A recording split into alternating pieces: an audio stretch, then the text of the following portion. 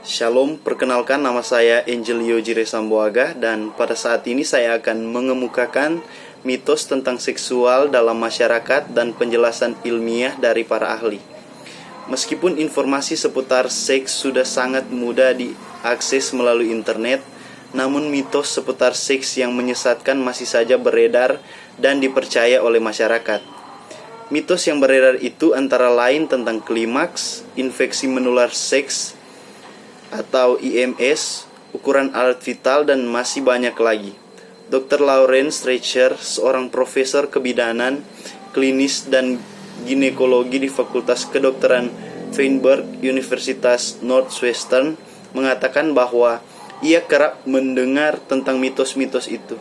Artinya masih banyak orang yang mempercayai mitos karena ketidaktahuan akan informasi yang sebenarnya. Terkait hal ini, Dr. Streicher mengatakan mempercayai mitos seks tertentu dapat menyebabkan masalah citra tubuh yang tidak perlu dan bahkan membahayakan kesehatan. Berikut adalah beberapa mitos tentang seks dan fakta yang sebenarnya.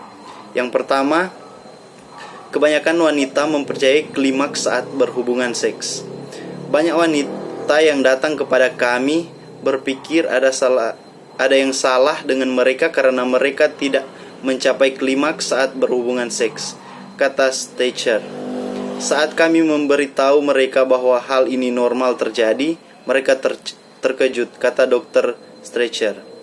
Dr. Mary Jane McKinney, seorang profesor klinis ilmu kebidanan dan ginekologi dan reproduksi di Yale Medical School, mengungkapkan bahwa ia juga sering mendapatkan keluhan ini dari wanita. Pakar kesehatan wanita Dr.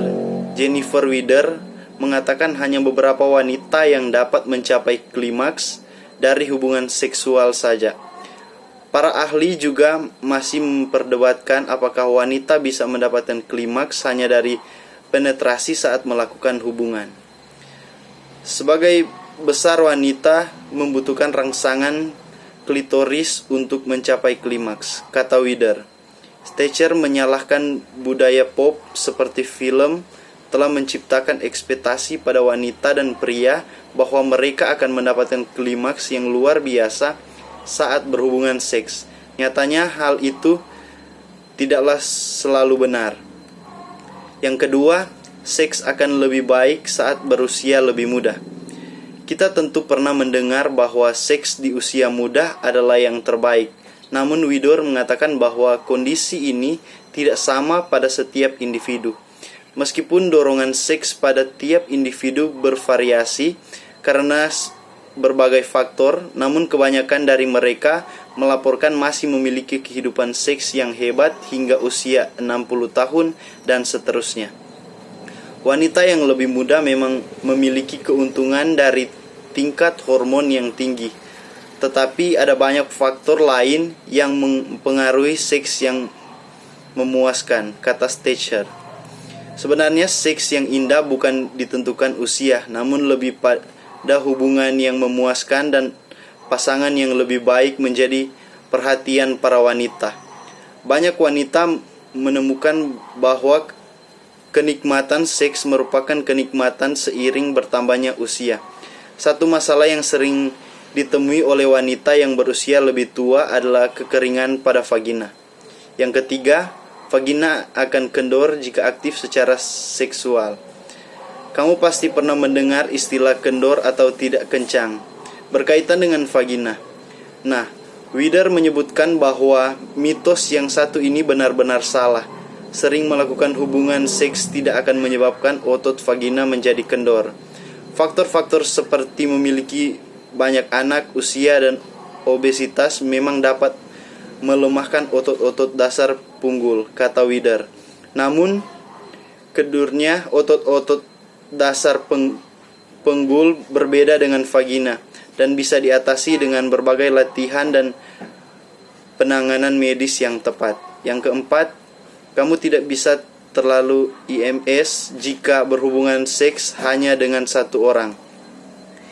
Minikin mengatakan dia mendengar mitos ini beberapa kali, tetapi faktanya kita tak pernah tahu bagaimana masalah lalu dari pasangan kita dan dengan siapa saja ia pernah melakukan hubungan seks, sehingga saat pertama kali berhubungan seks dengan pasangan atau sudah lama tak bertemu, memakai kondom tetap dianjurkan.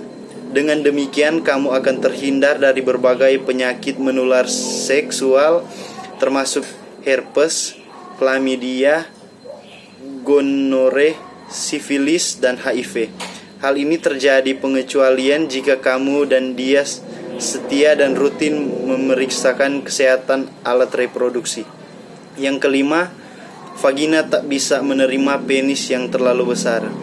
Mitos ini tentu saja salah. Stecher mengatakan bahwa vagina bisa saja dipenetrasi dengan penis berukuran berapapun. Bahkan vagina dapat mengeluarkan bayi, kata Stecher.